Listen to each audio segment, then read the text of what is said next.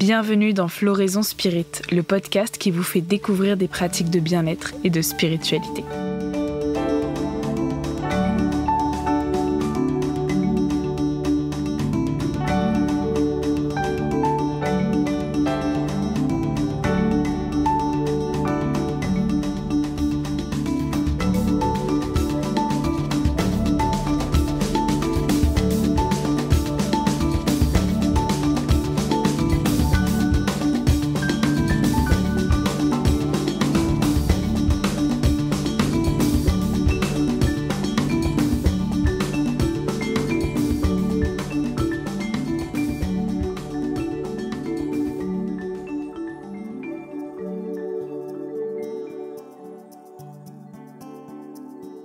Dans ce nouvel épisode de Floraison Spirit, je reçois Pierre, un ami d'enfance.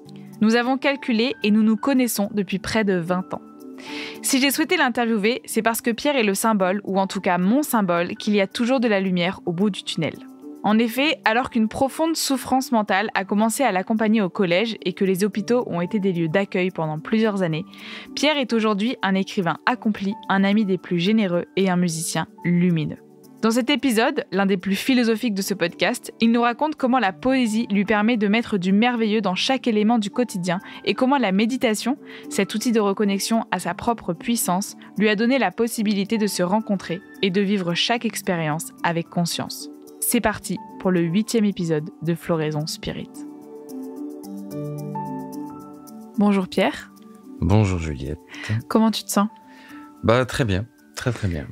Merci beaucoup d'être là aujourd'hui, d'avoir accepté de faire cette interview. J'ai vraiment hâte de reprendre tout ton cheminement, en fait, parce qu'on se connaît depuis très longtemps maintenant. Effectivement. Donc, c'est une autre occasion de se découvrir un peu plus. Ma première question, c'est un peu la même question pour tous les invités de Floraison Spirit. C'est est-ce que tu étais entouré dans ton enfance des notions de bien-être ou de spiritualité ? Pas vraiment. Du moins, pas dans ce que j'ai découvert moi par la suite. Mon père était religieux, était très lié à la religion chrétienne, et il y avait des choses qui me parlaient, mais sans rien me révéler spécialement. C'était pas du tout, du moins, dans l'axe dont j'avais besoin et que j'ai découvert plus tard. Est-ce que tu avais des sensibilités, toi, quand tu étais jeune ? Est-ce que tu sentais... tu dis qu'il y a des choses qui te parlaient, c'est-à-dire que tu sentais qu'il y avait autre chose ? Oui, notamment dans le rapport à l'autre. Tout gamin, je pouvais pas passer devant quelqu'un dans la rue sans en être malade. De le voir comme ça, d'avoir envie de l'aider, d'avoir envie de l'aimer finalement, d'une certaine manière. Je pouvais pas, je concevais rien sans un cœur ouvert et plein de vie dans le sens vers l'autre. Donner, c'était tout ce que j'aimais. En fait. Oui, tu avais une empathie qui était très forte et donc la tristesse des gens, tu la recevais. Aussi, beaucoup. Qu'est-ce qui te passionnait quand tu étais jeune ? Alors, quand j'étais jeune, j'avais une passion qui m'a quitté, j'en suis très heureux. Non, je plaisante, mais je voulais rentrer dans la Légion étrangère. Dans la Légion étrangère parce que j'aimais l'aspect voyage, j'aimais l'aspect très militaire, de discipline. Je me voyais pas faire autre chose, pour être honnête. Et puis avec le temps même, j'ai même compris pourquoi, parce c'était vraiment le symbole de l'engagement qui me plaisait. L'engagement, on est fait pour quelque chose, je pensais être fait pour ça. Et on donne tout, et pareil, mon idée, dès que j'avais 13, 14 ans... c'était de partir en Afrique pour aider des gens, pour les protéger, j'étais prêt à donner ma vie s'il fallait. Mais cet engagement, quoi qu'il arrive, pour l'autre, c'était un peu toujours cette idée finalement. Vers la fin du collège, ou au collège en tout cas, les choses, elles ont commencé à se compliquer un petit peu. Est-ce que tu pourrais me dire quelques mots sur cette période, sur ce que tu as traversé pendant ces années-là ? Alors oui, donc il y a une petite chose à dire, c'est que j'ai eu une relation un peu difficile avec mon papa, qui était handicapé, qui était en fauteuil roulant. Et j'ai, depuis tout jeune, mais vraiment là on est bien avant le collège même, j'avais pour volonté de le sauver. Le sauver. Je ne savais pas dire comment ni pourquoi, si je puis dire, mais je voulais le sauver. Et quand j'ai eu 14-15 ans, effectivement, mon papa, il allait pas très bien. Moralement, et donc j'ai voulu accomplir ma mission, le sauver. Et je me suis entièrement voué à ça, alors que d'un autre côté, j'avais une vie qui ne me permettait pas de m'exprimer. Et ça a fait que j'ai pas supporté. Je le savais pas à l'époque. Je suis rentré dans une dépression abyssale. Mmh. Et c'est comme ça que je suis arrivé à l'hôpital. À l'hôpital et ça a été très dur. Pendant de nombreuses années, j'y suis allé beaucoup. Enfin, beaucoup, régulièrement. Et j'ai aussi de bons souvenirs là-bas. Du moins d'avoir rencontré des gens absolument merveilleux. Des sensibilités extraordinaires, des gens qui n'avaient pas eu de chance. Des vies très difficiles. Et ça m'a un peu indirectement, ça m'a fait comprendre, qu'il y a des gens... ça m'a rapproché de ce que je pensais de l'humanité, dans le bon sens, dans le fait de vouloir aimer l'autre. C'était des gens comme ça aussi, très souvent là-bas, ces endroits-là. Quand tu disais que tu pouvais pas vraiment t'exprimer, c'était en plus d'avoir à gérer l'handicap de ton père. Tu sentais qu'au sein de ta famille, il y avait pas une place pour qui t'étais ou pour en tout cas découvrir qui t'étais. C'est-à-dire que, oui, le handicap de mon père prenait toute la place dans la famille. Et j'avais en moi une passion que je connaissais pas et qui devait s'exprimer. C'est-à-dire, je devais m'exprimer quand je suis justement à l'âge où j'ai un peu pété les plombs, où je suis rentré en dépression. Et comme je ne pouvais pas, parce qu'on m'avait pas appris à le faire, parce que je n'avais pas pu découvrir qui j'étais, ce que j'avais à dire, et je confirme aujourd'hui qu'à l'époque, j'en étais très très très loin.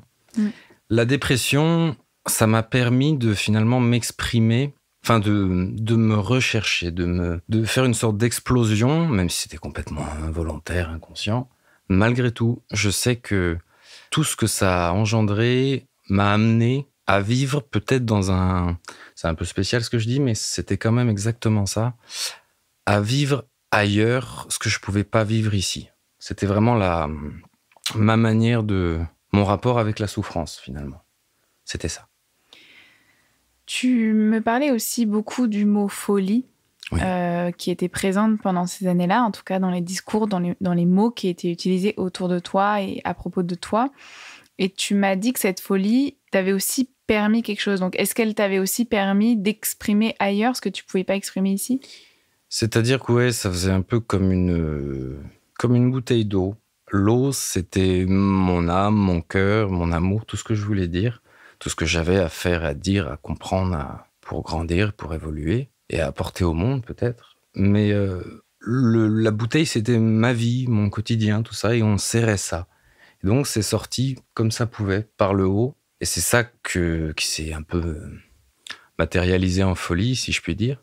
C'est vrai que oui, j'étais un peu délirant pendant très longtemps. Mais il y avait un côté très étonnant. J'en avais pas conscience à l'époque, mais ça me plaisait beaucoup. J'aimais bien passer des journées entières à être complètement ailleurs, avoir des pensées complètement incohérentes. Parce que je sentais une sorte de puissance à l'époque. Et quelque chose de sans limite aussi, d'infini. J'aimais ça parce que c'était moi. De cette manière-là, d'accord, il fallait quand même aller mieux, mais ça m'a montré quelque chose, ça m'a permis de me découvrir. Qu'est-ce qui te faisait du bien pendant ces années-là ? Si on a des personnes qui nous écoutent, qui sont en train de traverser ça ou qui ont des proches qui traversent ça, j'imagine que ça dépend de tous les individus, mais qu'est-ce qui, toi, te faisait du bien et qu'est-ce qui a peut-être planté les graines pour après que tu t'en sortes ? Alors en fait, il n'y a pas eu pendant des années. C'était ce que je voulais absolument, c'était peut-être qu'on me regarde. Non pas pour ce que je traversais, mais pour qui j'étais en fait. J'ai pas eu jusqu'à 18 ans personne. Et en même temps, c'était très compliqué parce que j'étais tellement mal, tellement loin. Mais quand j'ai eu 18 ans, j'ai rencontré une personne, une psychologue à la retraite, qui m'a proposé de venir chez elle pour m'aider. Bon. Alors j'y suis allé, je savais pas à quoi m'attendre. Et elle m'a dit, présente-toi. Et donc je me suis présenté en disant, je suis un artiste, je suis malade, je sors de l'hôpital, je prends tel traitement, etc. Et elle m'a dit, oh là là, Pierre, comment vas-tu ? Qui es-tu et comment vas-tu ? Et ça, non seulement je savais pas que ça existait, et on m'avait jamais posé cette question, pas comme ça. Et à partir de là, mon Dieu, ma conscience a changé. Conscience des choses, de la vie, ça a pris beaucoup de temps, et ça, je suis pas sorti comme ça. Mais c'est le fait qu'on nous apprenne à nous regarder en tant que tel, et que quelqu'un nous regarde pour ce qu'on est et pas pour ce qu'on vit. C'est le plus beau cadeau qu'on puisse faire à quelqu'un qui va pas bien. Et comment tu l'as rencontrée, cette personne, et surtout quelle différence elle apportait par rapport au psychiatre que tu avais vu avant? Parce que tu m'as dit que tu en avais vu beaucoup, donc qu'est-ce qui changeait? J'en ai vu beaucoup entre les hospitalisations, les urgences, avant d'être hospitalisé, aussi dans le privé. Enfin, j'en ai vu plusieurs dizaines. Et ce qui a changé, c'est qu'il n'y avait plus de cadre. Entre l'hôpital, ce qui est très bien, c'est qu'on est en sécurité. Et pour certaines phases, il n'y a pas le choix. Mais avec cette personne, je me suis retrouvé en fait dans un lieu uniquement humain et d'amour. J'avais une présence, voilà. Parce que finalement, ce qui m'avait fait rentrer dans la folie, c'est parce que j'étais sorti de moi-même pour le devenir, mais à l'extérieur. Et cette personne en me regardant tel que j'étais, m'a rien dit et m'a fait revenir en moi-même, si je puis dire. Voilà, elle n'a pas cherché rien. C'était toi, Pierre. Et en ce sens-là, ça change tout. Elle m'a jamais parlé de mes médicaments, de savoir ce qui se passait, peu importe. Elle me regardait. Et... Tu te souviens de ce que tu lui as répondu quand elle t'a demandé comment t'allais? Je n'ai pas pu répondre parce que l'on m'avait jamais posé cette question comme ça, encore une fois. Et c'est vrai que je me suis trouvé tout idiot. Et oui, j'ai ouvert des grands yeux qui se sont un peu remplis de larmes. Et encore aujourd'hui, je suis ému de cette question, cette première question. Ça a été un peu le déclencheur de la suite.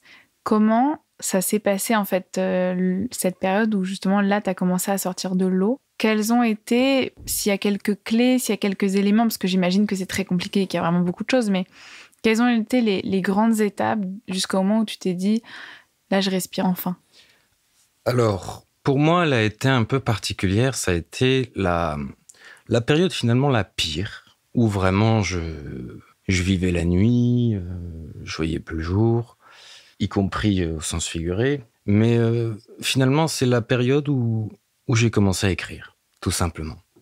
J'étais fou de Pierre Desproges et de Lautréamont, un auteur de poésie du 19e.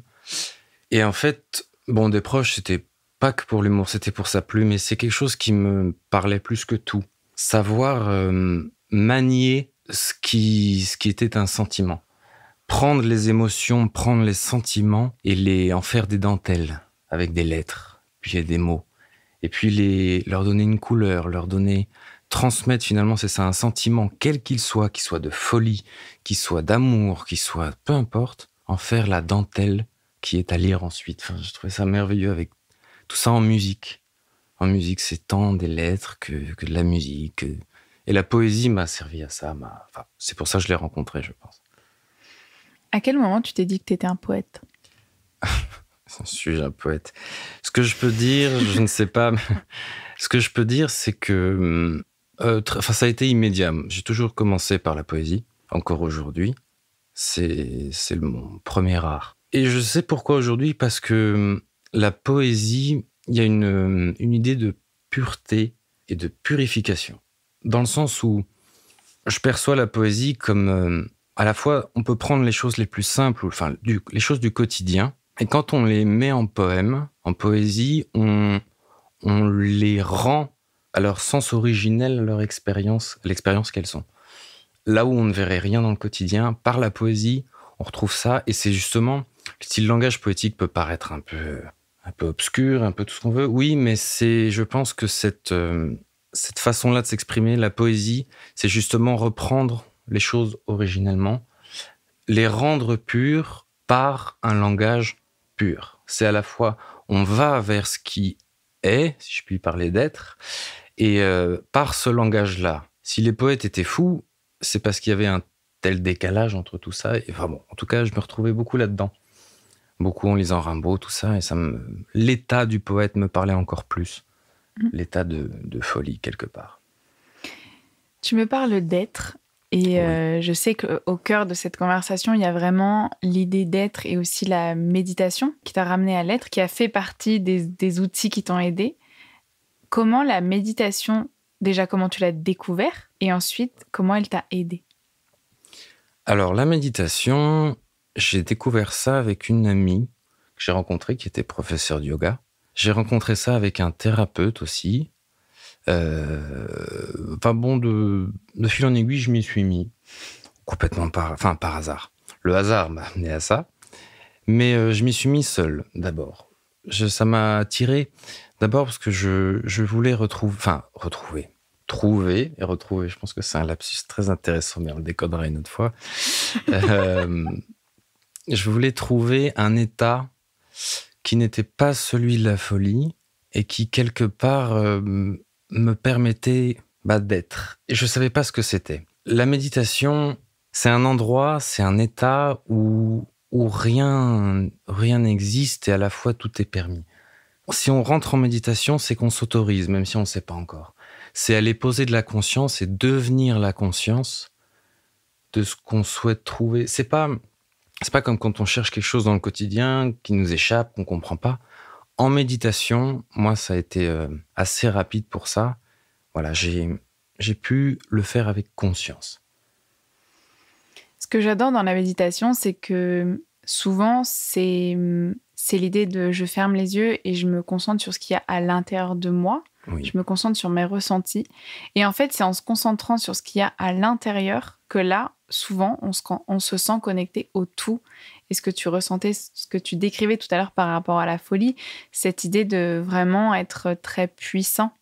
oui. Et donc évidemment, ça me fait penser à l'idée de révolution intérieure, révolution extérieure. Qu'en se tournant vers soi, il y a une connexion au monde qui se fait.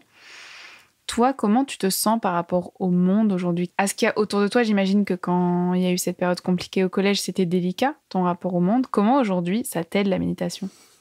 La méditation, ça m'aide en tout. Parce qu'en plus, il y a des méditations. Je médite tout le temps.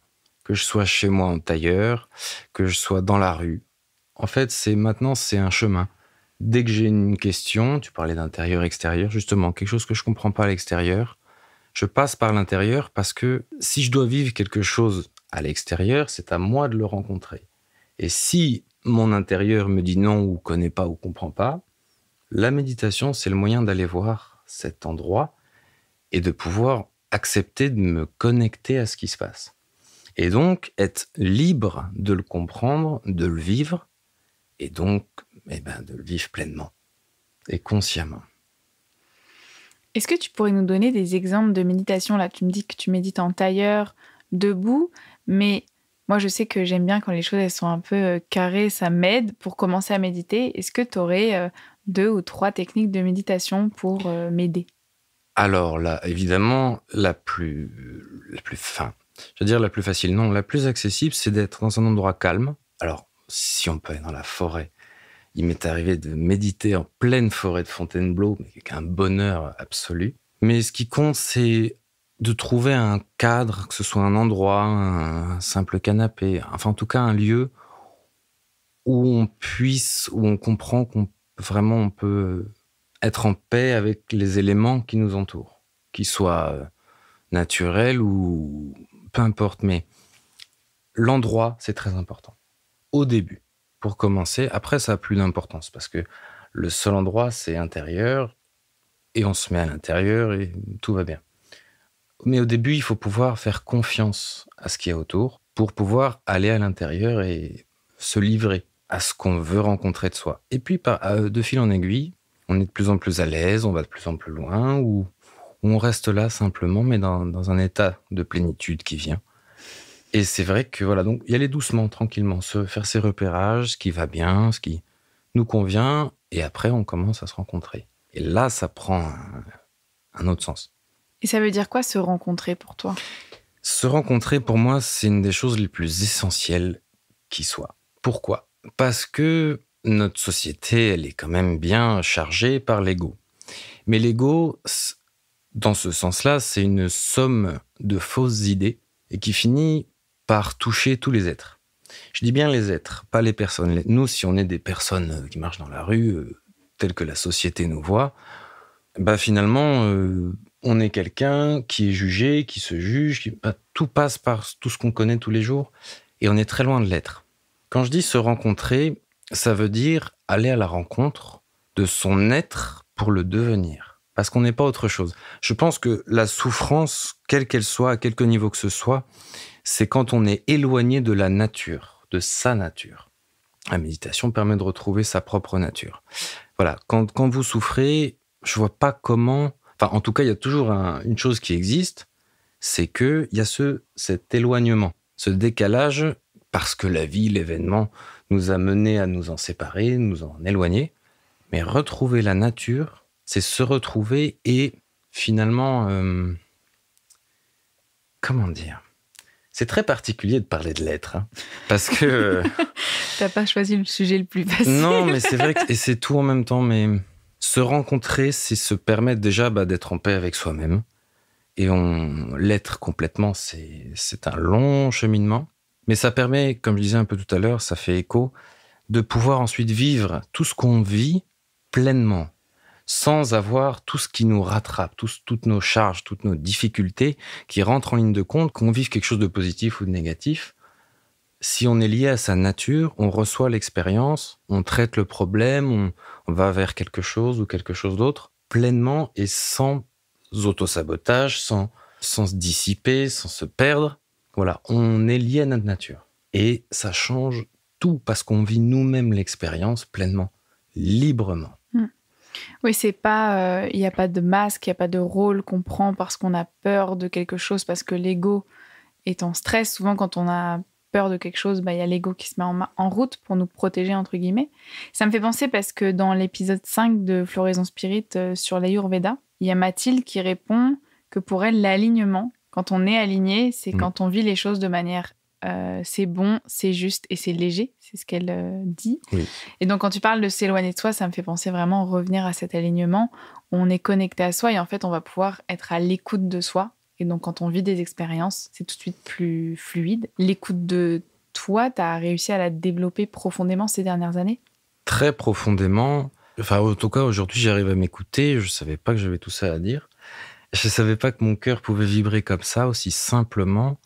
Et sans besoin d'aller chercher ailleurs. J'ai plus besoin depuis des années, grâce à ça, d'aller chercher ce qui finalement n'est juste pas accessible en moi. C'est un des grands principes, une des grandes choses que m'a apporté la méditation. Quand on parlait par message de cette interview, tu as écrit « Méditer sur l'être, ça m'a permis de ne plus vibrer dans une vérité transformée ». Est-ce que ça veut dire que quand on médite et quand on se rencontre, notre réalité, elle change ? Totalement, parce que, en tout cas, mon expérience, c'est véritablement que avant de se rencontrer, avant d'être, c'est plus que être éloigné. Il faut voir ça comme un éloignement un peu géométrique, c'est-à-dire que ça crée un espace entre ce qu'on est et ce qu'on vit, ce qu'on est tous les jours. Et quand c'est très différent, il y a des choses qui se mettent dans cet espace. Toutes nos constructions. Alors là, l'ego, c'est parfait pour lui. Tous nos doutes. Et finalement, on oublie ou on ne sait pas qui on est, d'où la rencontre. Mais ce que je veux dire, c'est... La réalité change, oui, parce que quand on n'a plus de perturbations ou tout ce qu'on peut trouver dans cet espace qui se crée dans notre éloignement, on retrouve un alignement qui fait que on est connecté à la réalité par l'être, réellement, je pense. Et là, je pense, même d'un point de vue très scientifique, très quantique, très tout ça. Et ça marche aussi là-dessus, c'est-à-dire que si on n'est pas connecté à notre être, on peut voir ce qui se passe devant nous, mais on est spectateur de notre vie. Quand on est connecté à l'être, on peut le recevoir pleinement pour ce que c'est, que ce soit positif ou négatif. Mais on a un pouvoir différent de le changer, de se comprendre soi, de s'écouter, et donc de faire des choix, déjà, parlons de ça, qui seront sûrement très différents, qui ne seront pas le fait de poursuivre des schémas qui ne nous font pas du bien, puisqu'on sait s'écouter. J'ai fait quelques retraites de développement personnel et spirituel et on a eu ces conversations autour de personnes qui avaient des fragilités, et je mets des guillemets entre fragilités, comme la schizophrénie, etc., à qui on ne conseillait pas, par exemple, de faire des huttes de sudation, du chamanisme.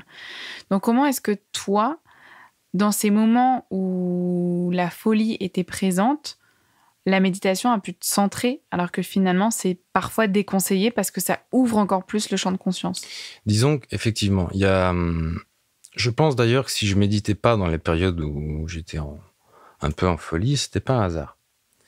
Du moins, oui, c'est vrai que c'est arrivé comme ça, méditation est arrivée après.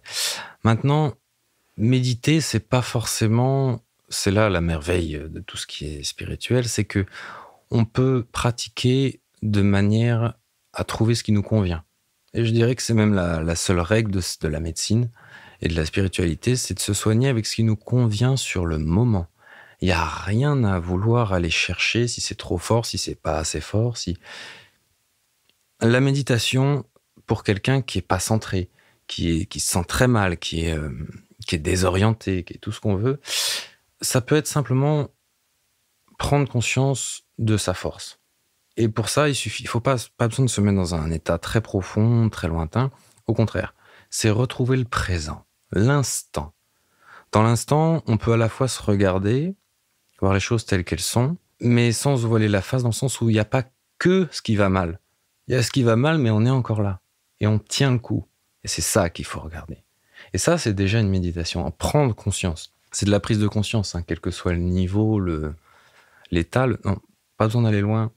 Je suis là, je prends conscience de mes forces, de ma valeur, qui ne change jamais, quel que soit ce qu'on me dit, ce que je reçois.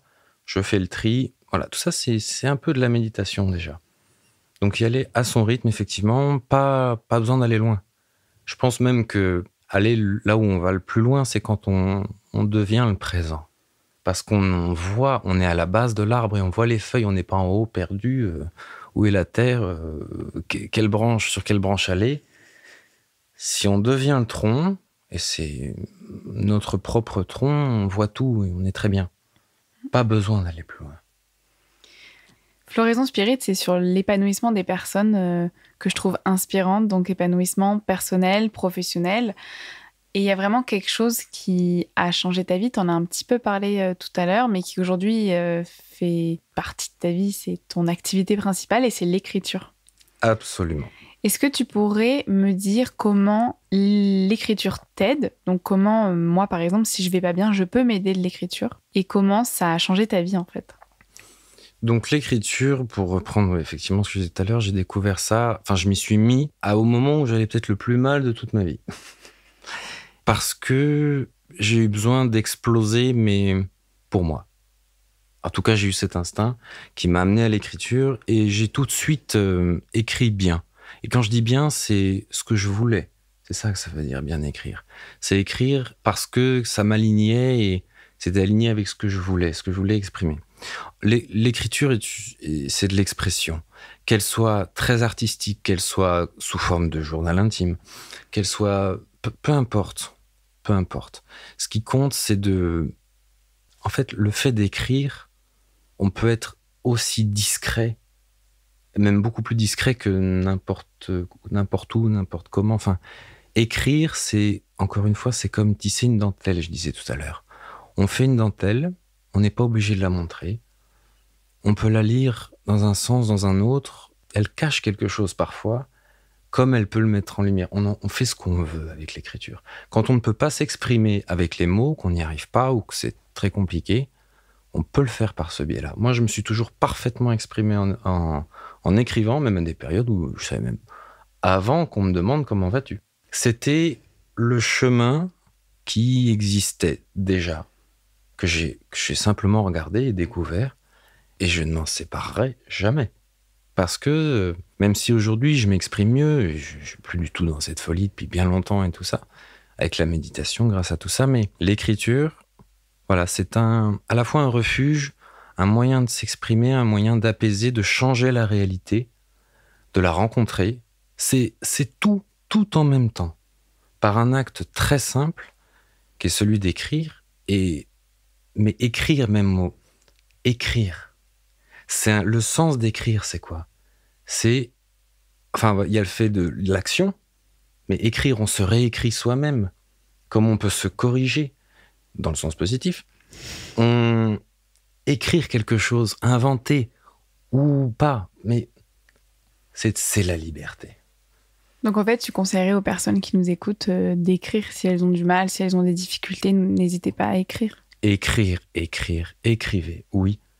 Oui, parce que au-delà de se soulager, on peut rencontrer des choses qu'on ne connaissait pas. Si je peux écrire des choses que j'ai jamais conscientisées avant. C'est une manière sans aucun risque, de trouver ce qu'on ne sait pas aussi.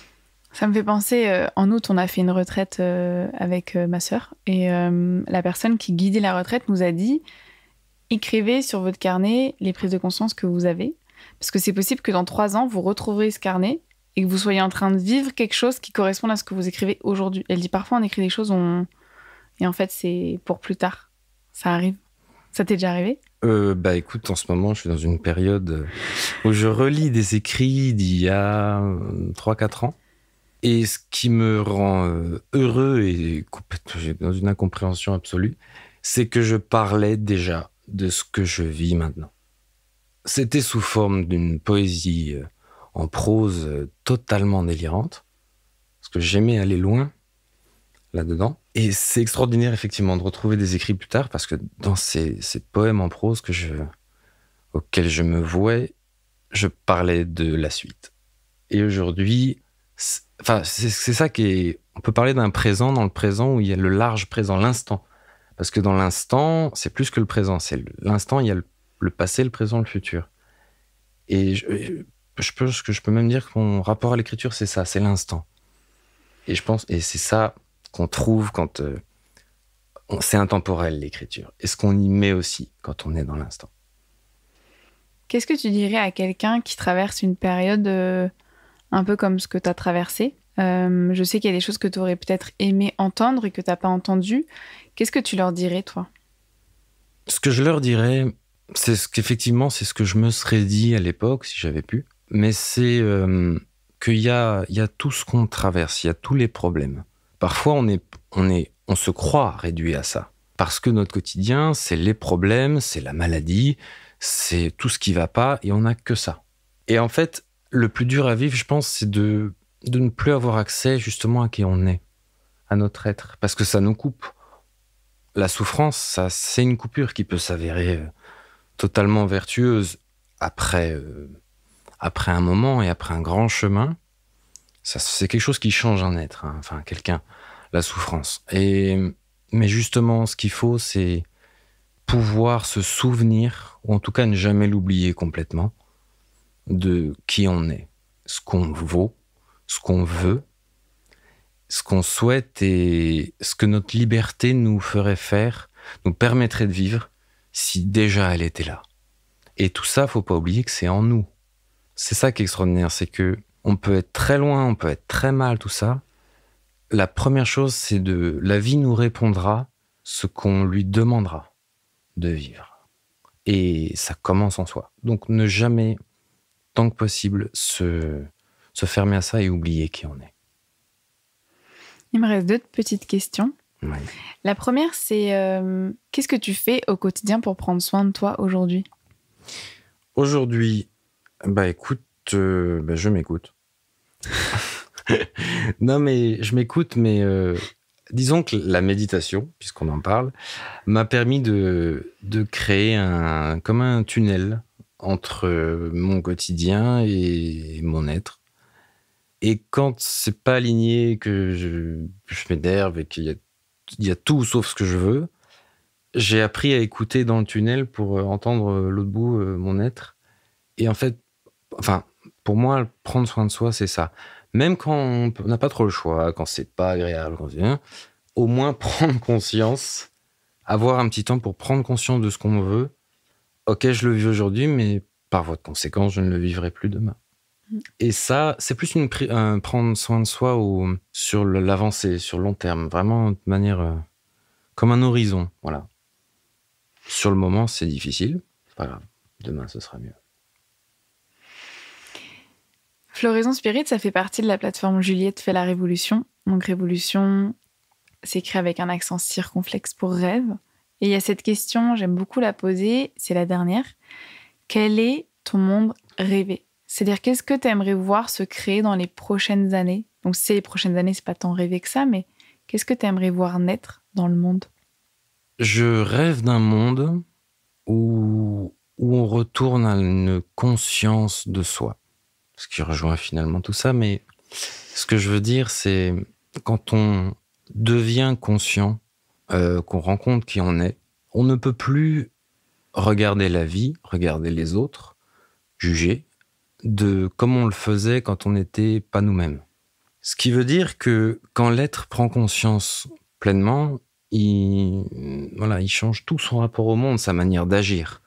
Et que chaque personne ait un petit espace pour ça, puisse se rencontrer, finalement, on finirait par s'éloigner de ce qui touche le monde de manière très négative aujourd'hui, que ce soit la violence, les violences, quelles qu'elles soient, et les coupures des êtres à eux-mêmes qui les rend violents, hein, c'est souvent ça.